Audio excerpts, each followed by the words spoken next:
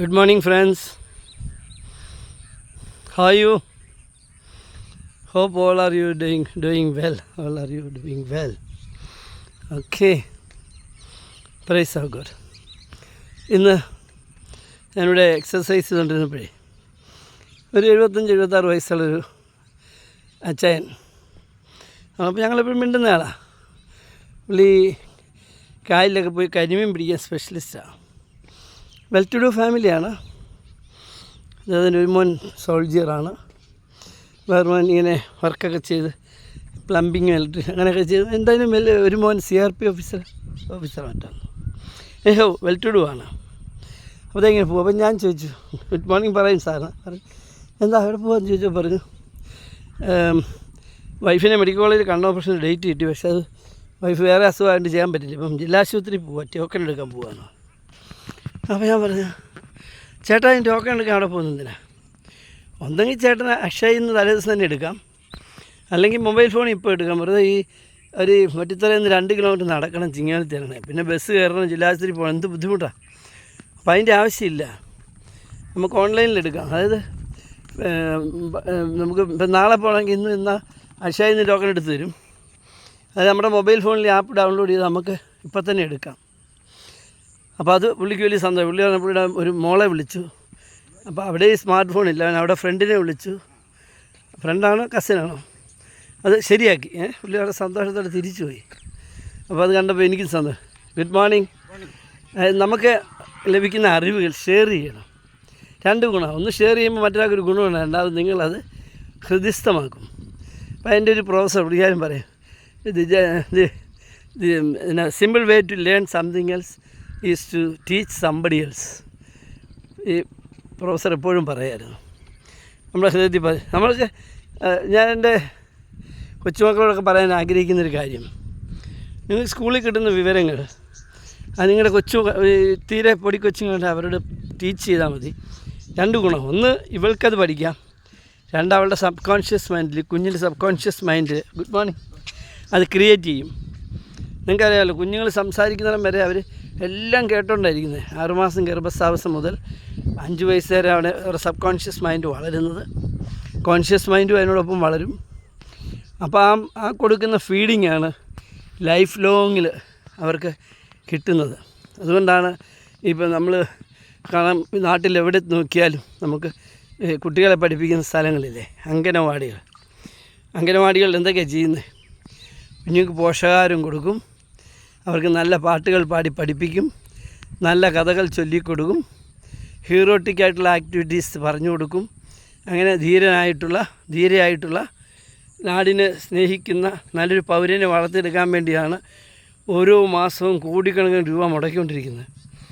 ഈ ഇന്ത്യ മുഴുവൻ അത് ഇന്ത്യ ഗവൺമെൻറ്റിൻ്റെ ഫണ്ടാണ് കൂടുതൽ. അത് കുറച്ച് കേരള ഫണ്ടുണ്ട്. ഞാൻ പഞ്ചായത്ത് സെക്രട്ടറി, അതിൻ്റെ പണം ഡിസ്ട്രിബ്യൂട്ട് ചെയ്യുന്ന panchayat secretary, municipal secretary, corporation സെക്രട്ടറിമാരാണ്. ഞാനത് കൊടുത്തുകൊണ്ടിരുന്ന എനിക്ക് അതിൻ്റെ ഇൻസ്പെക്ഷന് ഞാൻ പോകുമായിരുന്നു. ഇടയ്ക്കൊക്കെ ഇത് ശരിയാണോ കള്ളത്തരം ഉണ്ടോ എന്നറിയാൻ വേണ്ടി പോകുമായിരുന്നു, കുട്ടികളുടെ എണ്ണമൊക്കെ നോക്കാൻ. അപ്പോൾ അവരുമായിട്ടൊക്കെ സംവദിക്കുമായിരുന്നു. അപ്പം ഞാൻ പറഞ്ഞു വന്നത്, നമുക്കറിവുള്ള കാര്യങ്ങൾ മറ്റുള്ളവരുമായിട്ട് ഷെയർ ചെയ്യണം. ഇപ്പോൾ ഈ അച്ചായൻ ഇവിടുന്ന് കോട്ടയം പോയി ഇവിടുന്ന് 2 കിലോമീറ്റർ അങ്ങോട്ട് നടക്കണം, ഇങ്ങോട്ട് നടക്കണം, കോട്ടയം പോകണം, ടോക്കൺ എടുക്കണം, തിരിച്ചു വരണം, ഭാര്യയും കൊണ്ട് പോകണം. 76 വയസ്സ് കഴിഞ്ഞ് സീനിയർ സിറ്റിസനാണെന്ന് പറഞ്ഞു. അപ്പോൾ അദ്ദേഹത്തിനാണ് ഇത് പറഞ്ഞു കൊടുത്തപ്പോൾ അദ്ദേഹത്തിന് സന്തോഷം. അദ്ദേഹം നന്ദിയൊന്നും പറയാറില്ല. ഞാൻ പറഞ്ഞു താങ്ക് യു എന്ന് പറയുമ്പോൾ എൻ്റെ കയ്യെ വന്ന് പിടിച്ചു. ഞാൻ പറഞ്ഞു ഇത് താങ്കൾ പറയണ്ടെന്ന് പറഞ്ഞു. ഞാൻ അല്പം തമാശയൊക്കെ പറയുന്ന കൂട്ടത്തിലാണ്. ജീവിതത്തിലെ വലിയ കുശുമ്പും കുന്നായ്മയും കൂട്ടിപ്പിടിപ്പീരൊന്നും ഇല്ലാത്തതുകൊണ്ട് എനിക്ക് സന്തോഷം എപ്പോഴും. ഇനി ആരെങ്കിലും എന്നെ ചീത്ത വിളിച്ചാലും എനിക്ക് സന്തോഷമാണ്. ഞാനത് അപ്പോൾ എന്നോട് എൻ്റെ നിങ്ങളൊരു ഭീരുവാന്നൊക്കെ പറയും.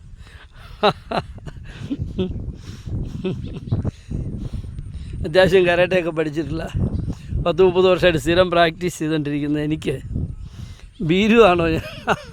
ഞാൻ ചിരിക്കുമോ? ഭീരുത്വങ്ങളല്ല, നമ്മൾ അവരുടെ അറിവുകൾ കൊണ്ട് അവർ പറയുന്നതല്ലേ, അവരത് സായുജ്യം അടയട്ടെ. നമ്മുടെ ഒരു വിരലുകൊണ്ടൊരു കുത്തു കൊടുത്താൽ ഒരുത്തം വീഴുമെന്ന് എനിക്കറിയാം. അത്രയും പവർഫുൾ. കാരണം എക്സസൈസ് ചെയ്തുകൊണ്ടിരിക്കുക ഡെയിലി. അത് നമ്മളൊരു പുഷ് ചെയ്താൽ അവിടെ ഒടിഞ്ഞു പോവും. അതാണ് പവർ. പക്ഷെ ഞാൻ പറയും എനിക്ക് ഇച്ചിരി പേടിയാണ് മോളെ, അങ്ങനെയാണ് അതിൻ്റെ കാര്യം എന്ന് പറഞ്ഞാൽ തിരിച്ചു തള്ളിക്കളെ. അപ്പോൾ നമ്മൾ ഈ കുശുമ്പും കുന്നയുമില്ലാത്ത ആളുകൾക്ക് ഈ കൂട്ടിപ്പിടിപ്പീര്, മറ്റുള്ളവരെ ഇകഴ്ത്തി പറയുക, താഴ്ത്തി പറയുക, അങ്ങനെയുള്ളവരും സ്വർഗത്തിൽ പോകത്തില്ല കേട്ടോ. ബൈബിളെടുത്ത് ശരിക്കും വായിച്ചാൽ അത് പറയുന്നുണ്ട്. കഴുത്തിൽ തിരികല്ല് കെട്ടി ഇങ്ങനെയുള്ളവരെ താത്തുന്നതായിരിക്കും ഭേദമെന്നാണ് പറയുന്നത്.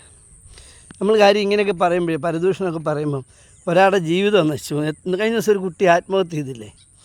ഒരു കാര്യമുള്ള ഒരു പെൺകുട്ടി അവിടെ ഫ്രണ്ടുമായിട്ട് സംസാരിച്ചു എന്ന് പറഞ്ഞാൽ വലിയ കുറ്റമാണ്.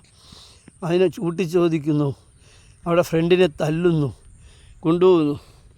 ആ ചെറിയ ഇൻസൾട്ട് മതി മനുഷ്യനെ അബദ്ധം വരാനേ. അതുകൊണ്ട് നമ്മൾ ഇത്തരം കാര്യങ്ങൾ ഒഴിഞ്ഞു നിൽക്കുക. പിന്നെ അറിയാവുന്ന കാര്യങ്ങൾ മറ്റുള്ളവർക്ക് പറഞ്ഞു കൊടുക്കുക, പോസിറ്റീവ് കാര്യങ്ങൾ.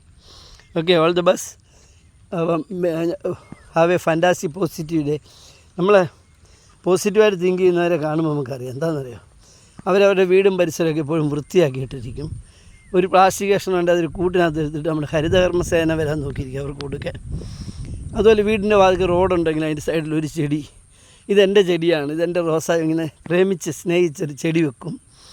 അങ്ങനെ നമ്മളെല്ലാവരും കൂടെ ചെയ്യാൻ തുടങ്ങി എന്താ സ്ഥിതി നമ്മുടെ നാട്. ഇപ്പം തന്നെ കേരളത്തിൻ്റെ പ്രധാന വരുമാനം മദ്യമോ അല്ലെങ്കിൽ ലോട്ടറിയോ ഒന്നും അല്ല. അതൊക്കെ മനുഷ്യൻ്റെ വിചാരമാണ്, ടൂറിസമാണ്.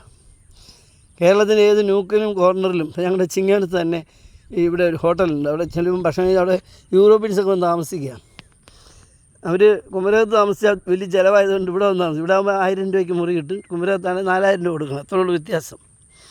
അപ്പം എല്ലാ ഗ്രാമത്തിൻ്റെ മൂലകളും മുക്കുകളും ഇപ്പം കേരളത്തിൽ ആൾ വരുന്നതിൻ്റെ കാര്യം, ഇതൊരു സേഫസ്റ്റ് പ്ലേസാണ്.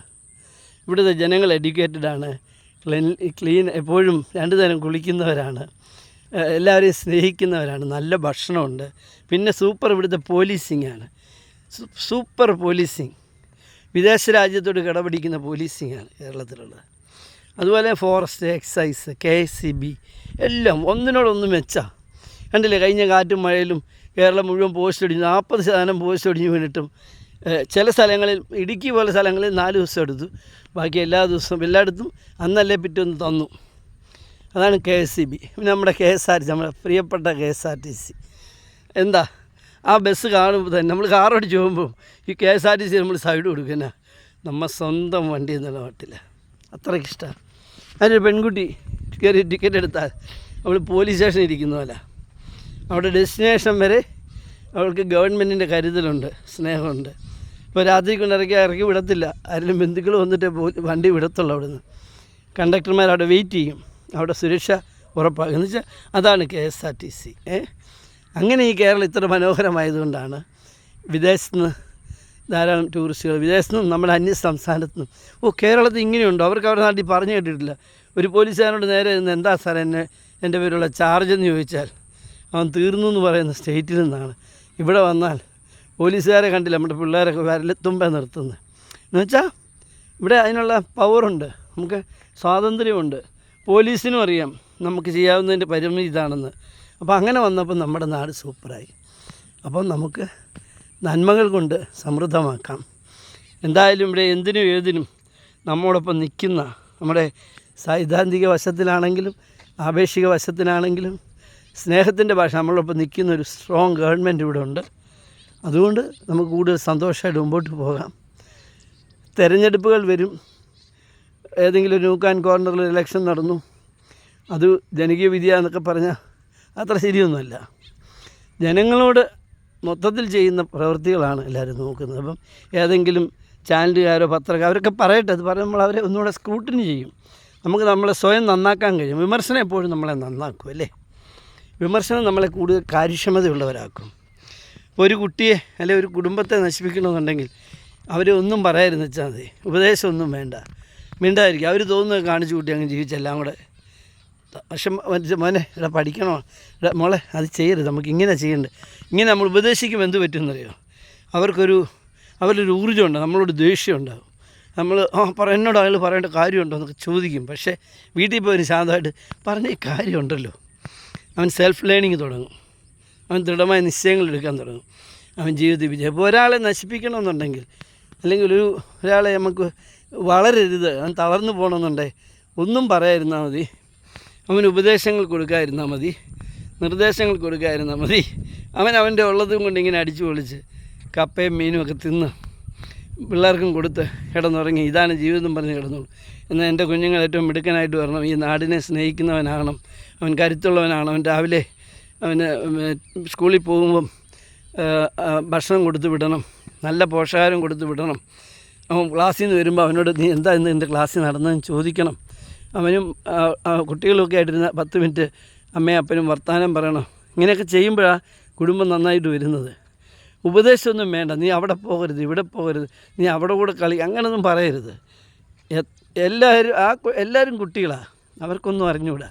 നീ ആ കുഞ്ഞിനോട് മിണ്ടരുത്, ഈ കുട്ടിയോട് അങ്ങനെയൊക്കെ പറയുന്ന ആളുകളുണ്ട്. എനിക്കറിയാം, അവർക്ക് വളരെ മ്ലേച്ഛന്മാരാണ്. അവർ വളരെ സീറോ ആണ് ലൈഫിൽ. അങ്ങനെയല്ല, അവർ കളിച്ചോട്ടെ, പഠിച്ചോട്ടെ. കരുത്തുള്ളവൻ്റെ കൂടെ പോയാലേ ഒരു മുട്ട് കിട്ടത്തുള്ളൂ. മുട്ട് കിട്ടിയാലേ നമുക്ക് പ്രതിരോധിക്കാൻ പറ്റത്തുള്ളൂ. അല്ലാതെ എല്ലാം ദുർബലന്മാരുടെ ഇടയിൽ പോയിരുന്ന് നമ്മൾ രാജാവായിട്ടിരിക്കും അല്ലേ? ആ രാജ്യത്വത്തിന് എന്തെങ്കിലും ബലമുണ്ടോ? നമ്മളെ മുട്ടണം, നമ്മളെ തട്ടണം, ഉന്തിയിടണം, അപ്പം അതിനെ പ്രതിരോധിക്കണം. അപ്പോഴാണ് ശക്തിയുള്ള ഒരു സമൂഹം വളർന്നു വരത്തുള്ളൂ. Okay, all the best. Have a fantastic positive day. Okay, thank you. It's me Simon Varghese YouTube ചാനലും അതുപോലെ തന്നെ ഫേസ്ബുക്കിലുണ്ട്, ഇൻസ്റ്റഗ്രാമിലുണ്ട്. അപ്പോൾ എൻ്റെ വചനങ്ങൾ കേൾക്കുമ്പം ധാരാളം പേര് വിവിധ രാജ്യങ്ങളിൽ നാട്ടിലെല്ലാം കേട്ടുകൊണ്ടിരിക്കുക.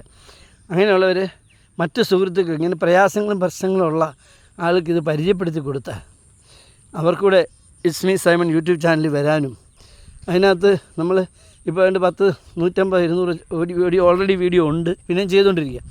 അതിനകത്ത് ഇപ്പോൾ ബിസിനസ് ചെയ്യേണ്ടവർക്ക്, പഠിക്കേണ്ടവർക്ക്, സ്കൂളിൽ കുട്ടികളെ വിടേണ്ടവർക്ക്, മാതാപിതാക്കൾക്ക് ഇങ്ങനെയുള്ള ക്ലാസ്സുകളാണ് മുഴുവൻ, പോസിറ്റീവ് ക്ലാസ്സസ്. അത് അവർക്ക് തീർച്ചയായിട്ടും ഉപകാരപ്പെടും. Okay, all the best. Have a fantastic positive day again. Praise our God.